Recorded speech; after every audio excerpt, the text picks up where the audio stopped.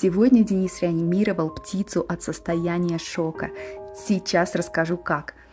Утром мы спокойно завтракали, и вдруг слышим громкий стук в окно. Оказывается, птица влетела в стекло дома, каким-то образом приземлилась на пол и сидела в шоке. Я не знала, что и делать, ведь ветеринарных клиник в Терсколе не оказалось. Представляете? Денис занес ее домой погреться, пока она отойдет, положил рядом водичку, хлебушек, но она долго сидела бездвижной. Через несколько минут она все-таки согрелась и подала признаки жизни, начала моргать и открывать клюв.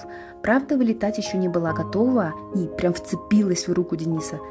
А он молодец, не поленился, подержал ее на руках, отогрел, походил с ней и даже сделал небольшой массажик. Ну и через несколько минут она снова была готова к полету. Вот такой неравнодушный доктор Айболит.